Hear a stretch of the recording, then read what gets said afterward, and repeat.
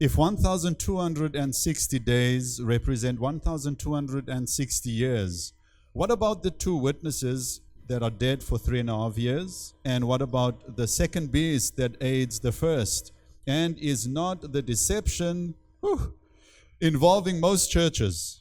Is it not involving most churches? Okay, there's three aspects of that. The 1,260-day prophecy, which actually, like we explained last night, lends itself towards 1,260 years.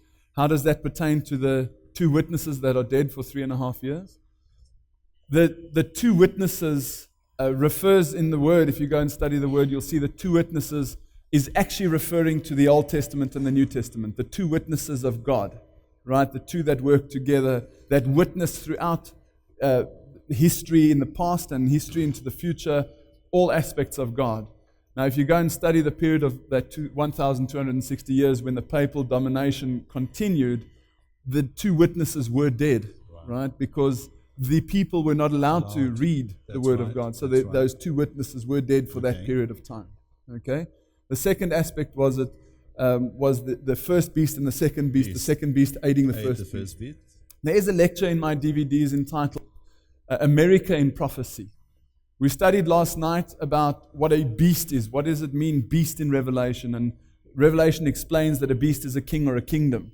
So there's two beasts. One that comes out of the sea.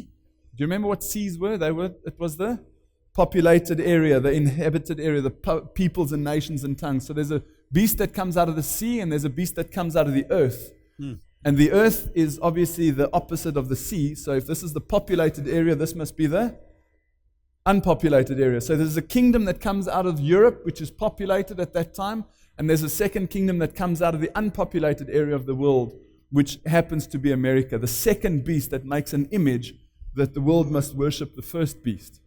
There's definitely lots of aspects of that we could look in. There's no time for that tonight. Yes. But there's two powers at the end of time that we need to look at. If Israel was wiped off the map tonight, it would be very sad, but it wouldn't make a difference to my faith. Because my faith is not based on Israel. Bible speaks about two powers, Rome and America. Those are the two powers we have to keep our eyes on. America is that second beast. The third aspect of this question is, does this deception that we discussed last night include most churches? I would like to ask you to stay tonight for this lecture. I'll explain why the answer to that is yes, as well as tomorrow evening I'll be going into some of the Christian churches and show how. Thank you, Mark.